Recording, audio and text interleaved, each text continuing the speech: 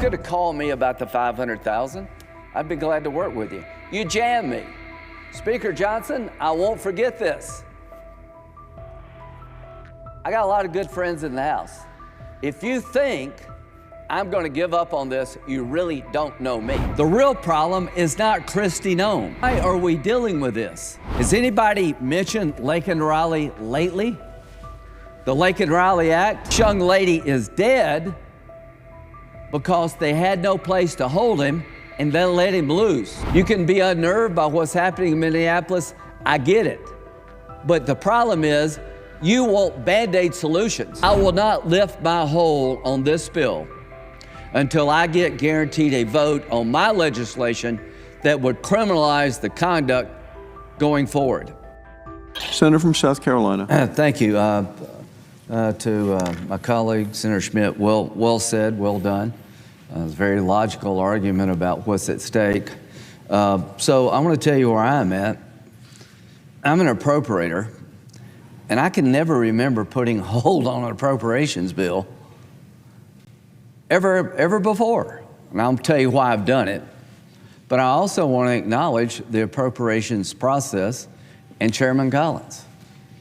We've got a package of bills that are bipartisan from a fiscal conservative side. They spend less than the CR. To all the people in our conference who demand the appropriations do better, we've delivered, but you've given no acknowledgement. You keep saying stuff that's unrealistic. You push the system in a way that nobody can deliver. Politically, you're dumb as a rock. I'm not going to mention you. You know who you are, but you probably don't if you're that dumb. We're asking sometimes to make points that are not good for the Republican Party or the country. Might be good online, might help you raise a few bucks, but I'm tired of that. Count me out. Senator Collins, you've worked with Democrats and Republicans, and before us is a package of bills that I've all supported. Why am I holding? What happened? What happened in Minnesota has to be addressed. Senator Schmidt laid out the choices. I'm arguing to both parties, we need to do a little soul searching here. The man who was shot, I've seen the video. It needs to be investigated. I'm sure it will. There are things being done on the ICE side that a lot of Americans are uncomfortable with. I get that. To my Democratic colleagues, if you want to try to make it more professional, investigate. But do not tell me that he didn't have an agenda. Look what happened 10 days before. Maybe excessive force, let's look. But don't play a game like the people out in the streets that are harassing ICE, that they're not part of the problem. The real problem is not Kristi Noem. You can say whether she's done a good job or not, Stephen Miller. The real problem is that there are 12 states in America who openly defy federal law. Why are we dealing with this? During the 4 years of Joe Biden, you obliterated our borders. You let anybody and everybody that could get here, get here. You created chaos, and a lot of Americans have been destroyed by your illegal immigration policy, and all you want to talk about over there are the cops. Senator Schumer, you blame me, I blame you. I work with you on comprehensive immigration reform. It's not I can't get there, but when you got in charge with Biden, you did everything conservatives were afraid of. You ignored the law. Has anybody mentioned Laken Riley lately? The Laken Riley Act was a great piece of bipartisan legislation by Senator Britt from Alabama. We all came together to say, no more Laken Rileys. Well, what are we talking about? Laken Riley was killed by an illegal immigrant who was in detention in Texas and released because they had no bed space. Under the law, The DHS secretary cannot mass release people. They have to do it on a case-by-case basis. They were releasing people by the thousands. This young lady is dead because they had no place to hold him and then let him loose, knowing he might be dangerous. He makes his way to Georgia and he murders her. 1 year ago, yesterday, we signed into law the Laken Riley Act to the Republican Party. Why didn't we talk about that?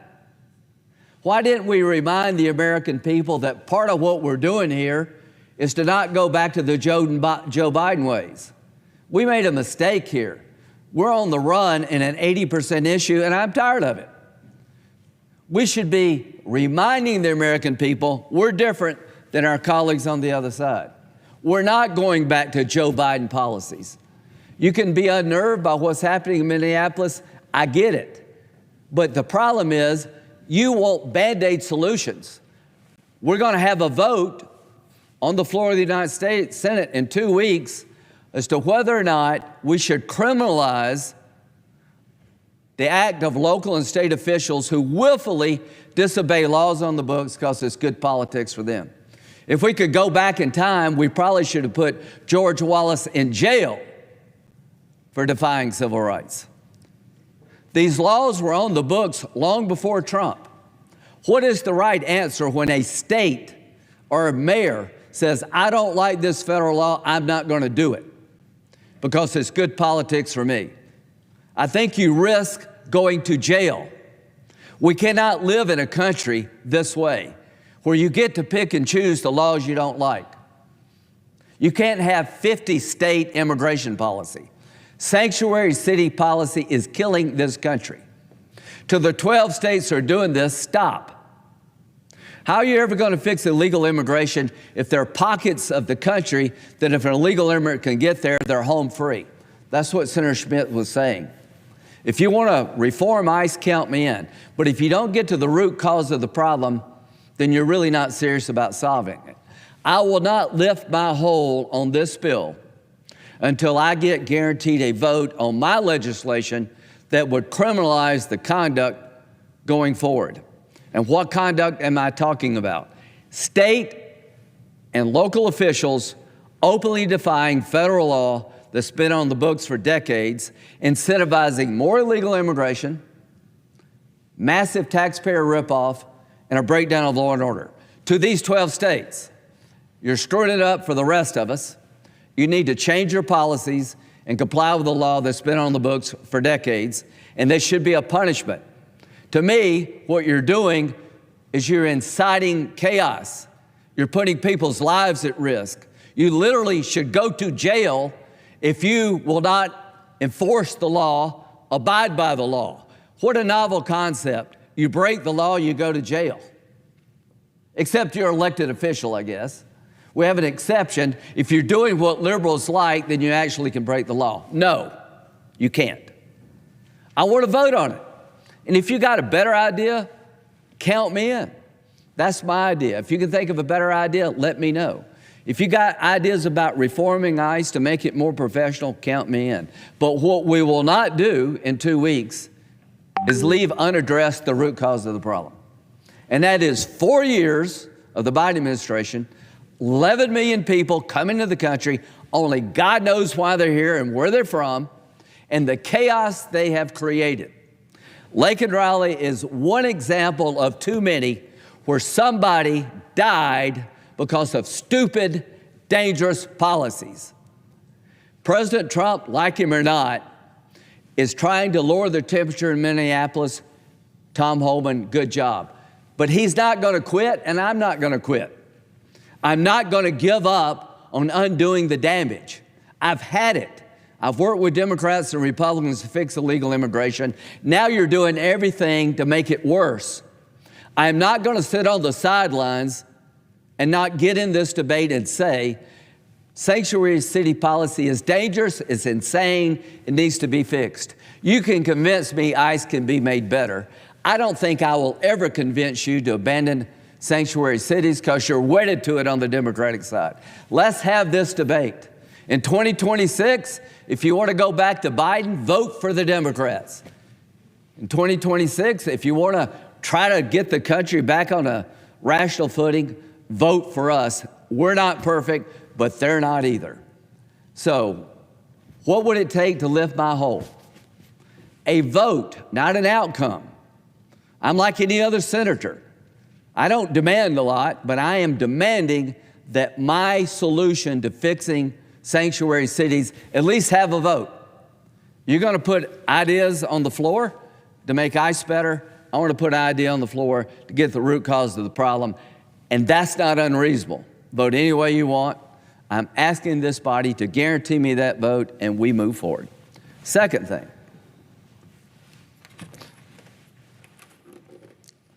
What happened with Jack Smith? Here's what happened to me. I didn't know, but now I know. They literally started asking the phone company about my phone calls professionally and personally during a period of time when I was chairman of the Judiciary Committee by subpoena. No one's ever suggested I broke the law. This actually really bothers me. If I were a Democrat, I would be bothered too. The original Arctic frost provision was signed off by Leader Schumer and Thune, Senator Thune, and it was seen as to have an ethical problem. Not my intent. I fixed it. I changed the language so it would comply. No enrichment by me or anybody else.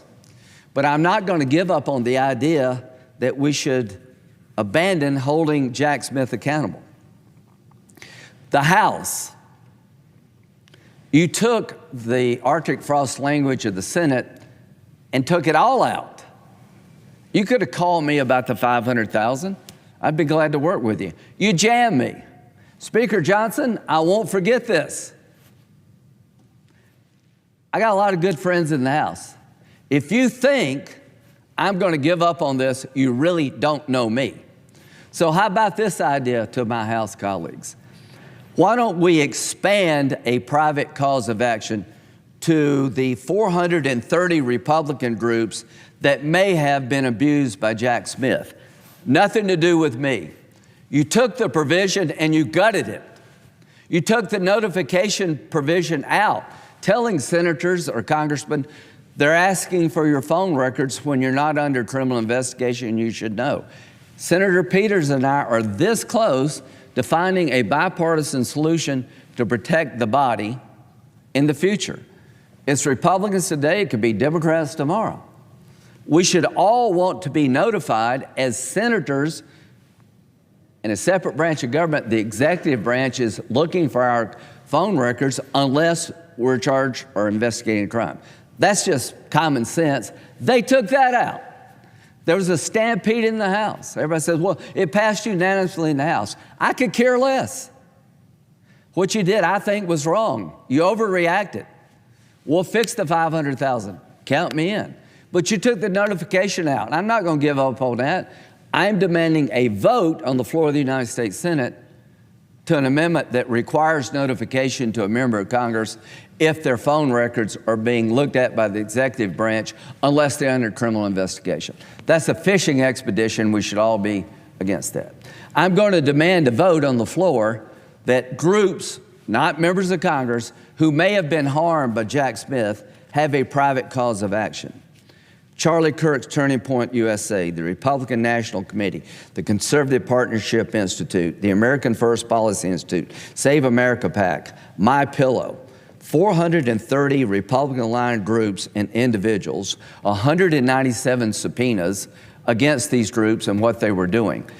To the House, if you expect me to deny these people a chance to have their day in court against Jack Smith, you're talking to the wrong guy. I'm urging the Speaker, give these people and anybody else we find, 430 groups, a chance to hold Jack Smith accountable in court. Nothing to do with me.